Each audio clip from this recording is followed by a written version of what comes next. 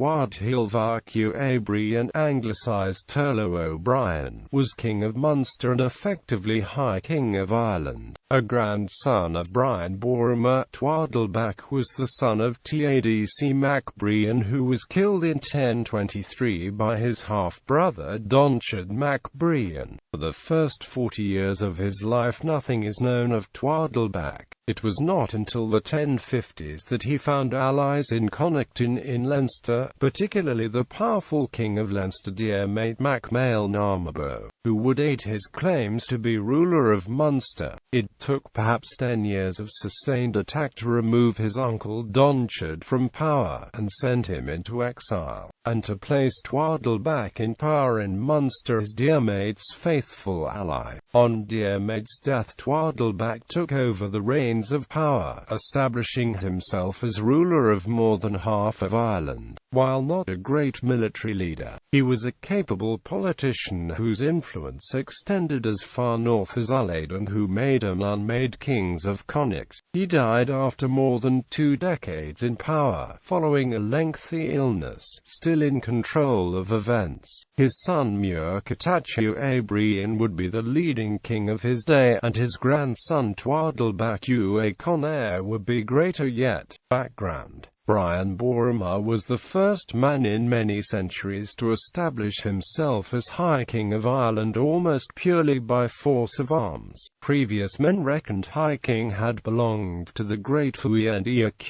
kindred, a large group of families who claimed to descend from Maíl of the 9 hostages, which dominated much of central and northern Ireland from the 7th century onwards. No king from the south, where Brian's kindred, that of the 2 rather obscure Dalgais of the region of Toirdhelbhach, had come close to dominating Ireland since the time of Toirdhelbhach Mac Briain in the early 9th century, and none had been included in the more widely accepted lists of high kings in historic times. The last effective High King of Ireland from Munster was Cathal Mac Fingon, and likely before him the prehistoric Crimthan Mac Brian, building on his own resources and those of the Viking towns of the south such as Limerick and Cork, first took control of Munster, overthrowing the domination of the Connacht, a kindred which had dominated the kingship of Munster as effectively as the Ua had dominated the High Kingship, and for just as long. With the Ua disunited and the resources of Munster at his command, Brian first brought the Ua High King Maíl Secnal Mac Domnail to recognise him as an equal, and then to acknowledge him as the master of Ireland. Brian met his death at the Battle of Clontarf on the 23rd of April 1014, Good Friday, fighting against the King of Leinster and his allies. In myth and medieval pseudo-history, as exemplified by the Cogaged Hill Regala of written in the time of Toirdelbach's son, this battle would become the last and greatest between the Irish and the Vikings, and Brian would become the greatest of all Irish kings. Family quarrels. Toirdelbach was the son of Tadc Mac Briain, son of Brian Bóruma, and Mór, daughter of Gilla Brigta Ua Maíl Muaid of Cene Toirdhealbhach. His father was killed in 1023, probably on the orders of his half-brother Donnchad Mac Briain, who thereby made himself King of Munster. Donnchad, while he successfully retained control of Munster for 4 decades, was never able to achieve the same success as Brian. Epigraphic evidence shows that he aimed to be King of Ireland, and perhaps considered himself to be such, but the annalists and later historians recognize no such pretensions. As for Toirdelbach, the annals record nothing of him until the 1050s, at which time he was seeking, and finding, outside assistance against his uncle. Donnchad's main rivals were Diarmait Mac Maíl, King of Leinster from 1042, and and Guy Bernag, King of Connacht from 1046.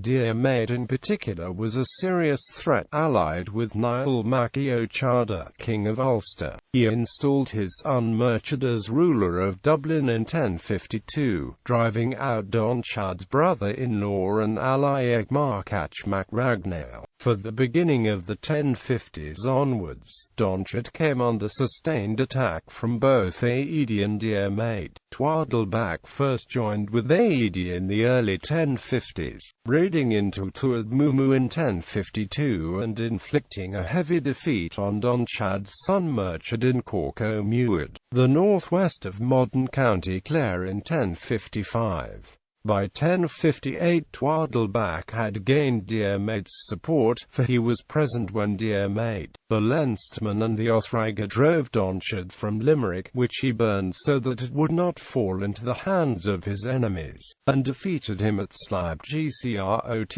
in the Galtee Mountains. In 1060 Donnchad attempted to divide his enemies by submitting to Aed. This was unsuccessful as Aed attacked again in 1061, razing the Dalgcai's fortress at Kincora and burning the church at Killaloe. Injury was added to insult when Diarmait brought an army, and Toirdelbach in his train, to Munster in 1062. Donnchad's son Murchad led the unsuccessful resistance, and even when Diarmait returned to Leinster, Toirdelbach defeated his kinsmen. By 1063, Donnchad was beaten. Deposed, he went on pilgrimage to Rome where he died the following year. Diarmait installed Toirdelbach as a puppet king in Munster. Diarmait mac Maíl Narmabo. Following Donnchad's deposition, Toirdelbach was one of Diarmait's key allies, particularly in Diarmait's final years when his authority was challenged within Leinster. In 1066, Diarmait and Toirdelbach each paid 30 ounces of gold to the King of Toirdhealbhach Ua Briain of West Munster for his help in assassinating their enemies. In 1067 they campaigned together to defeat and kill the King of Toirdhealbhach Ua Briain. Toirdelbach's nephew Murchad, son of Donnchad, was killed in 1068 while raiding in the Midlands. The Annals of Innisfallen record Toirdelbach as a lawmaker, reporting that in 1068 a law and ordinance was made by Toirdhelbach Ua Briain and no better law was enacted in Mumu for a long time, with the result that neither cow nor horse was housed but allowed to wander at will. Quote, in the same year, and perhaps related to this lawmaking, Maíl Isu mac Amalgada, Camaba Patriarch or Abbot of Armagh and successor of St. Patrick, visited Munster for the first time and received his full visitation, both in tribute and offerings. Toirdelbach's ally and protector Diarmait mac Maíl Narmabo faced increasing difficulties in his final years, difficulties which led Toirdelbach to intervene on Diarmait's behalf against his enemies in Leinster. Diarmait's sons Murchad and Glunien died in 1070, leaving the succession uncertain and disputed. Later in 1070 Toirdelbach took an army into Leinster, carrying off hostages, and receiving the submission of the King of Osraige. Toirdelbach had to return to Leinster again in 1071. Open warfare broke out between Diarmait's grandson Domhnall, Murchad's son, and his nephew Donnchad, son of Domhnall Romair. The annal states that the hostages Toirdelbach took were handed over into the keeping of Diarmait mac Maíl Narmabo. Toirdelbach was not idle on his own account in these years. He led an army on a raid into the Midlands in 1071, and had his soldiers build wooden bridges across the Shannon, evidently for military purposes, at Athkye and Killaloe.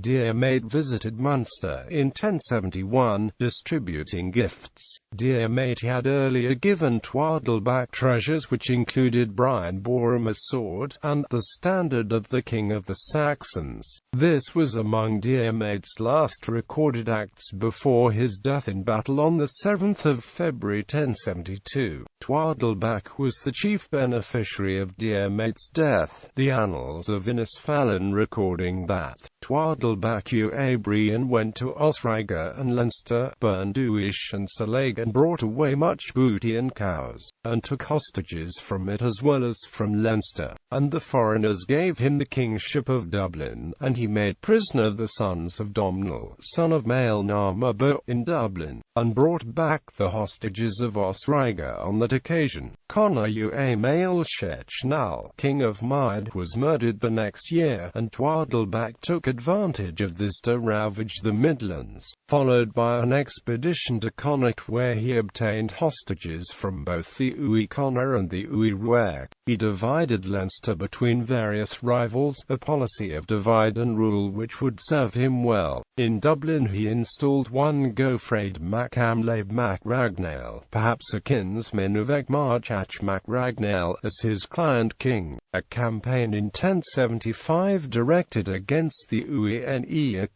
and their allies in the north turned out less well. Toirdelbach's son Muirchertach was defeated by the heir Gielania Athfirdir with heavy loss. At more or less the same time Gofraid was banished from Dublin by Toirdelbach, seemingly replaced by Domhnall son of Murchad son of Diarmait mac Maíl, who ruled for only a short time before he died, and was replaced by Toirdelbach's son Muirchertach, with Muirchertach securely installed in Dublin and another son, Diarmait, ruling over Waterford. Toirdelbach was master of half of Ireland, the wider world, while Toirdelbach's son Diarmait, ruler of Waterford, raided Wales in 1080. In general, Toirdelbach is seen as less interested in matters out with Ireland than his protector Diarmait mac Maíl or his son Muirchertach. It was during Gofraid's short reign over Dublin on the 6th of May 1074 that Donnchad, first Archbishop of Dublin, died. This led the Archbishop of Canterbury, Lanfranc of Pavia, to take an interest in Irish matters. Lanfranc, basing himself, he said, on Bede's writings,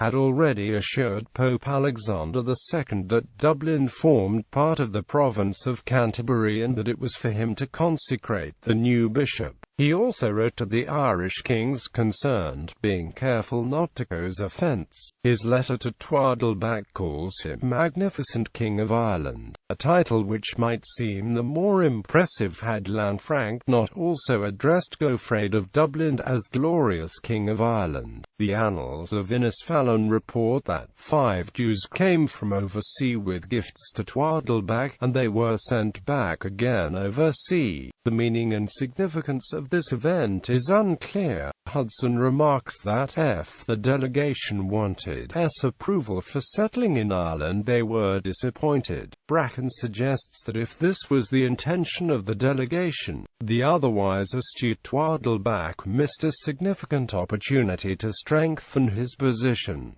Divide and rule. Toirdelbach employed the policy of divide and rule to maintain control of Leinster and to prevent the emergence of a rival in Connacht. In the north, he supported the Allied to weaken the Cene O'Gain kings of Iolch. This policy was successful in keeping Leinster pacified, but was less successful in dealing with the Cene O'Gain of the north and the kings of Connacht in the west. The Cene O'Gain, who appear to have had no widely accepted candidates for the kingship, hit upon a candidate in the person of Connacht Ua Briain, grandson of Toirdelbach's uncle Donnchad mac Briain and Toirdelbach's most obvious rival for the kingship of Munster. Connacht was king for only a short time when he was murdered, along with his wife.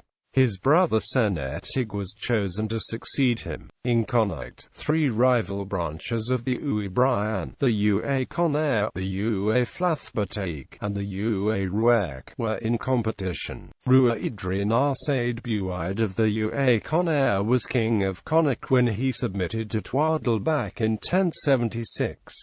Toirdelbach deposed Ua Idri in 1079 and replaced him with a new Ruach, Aedi son of Archualach. The Ua Briain proved to be a threat to Toirdelbach and to the neighbours. Maíl Secnal, King of Munster, submitted to Toirdelbach in 1080, perhaps for fear of Ua Briain. War broke out in 1084 between Toirdelbach and the Ua Briain, joined by Tadc Ua Briain. Toirdelbach raided Maíl, but while he was absent the Connacht clans of the Ua Briain raided Munster. A battle was fought at Connacht, near modern Leichlip, on the 19th of October 1082, where Toirdelbach's sons Tadc and Tadc won, killing Donnchad Ua Briain and Tadc Ua Briain. Death. Toirdelbach fell seriously ill in 1085 and lost his hair. The Annals of the Four Masters, a late and not always reliable source, state that he had been ill for many years.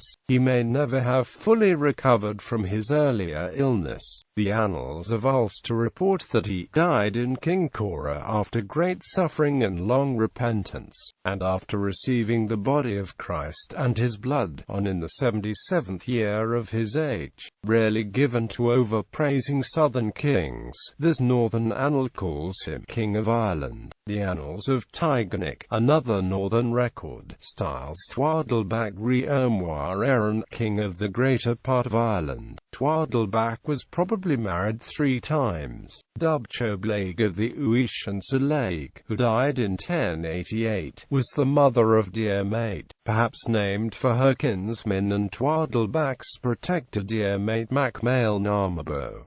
Donnchad was the mother of Tadc in Tadc. No children of Gormlaith of Ua are named, and the mother of Toirdelbach's daughter Mór is not recorded.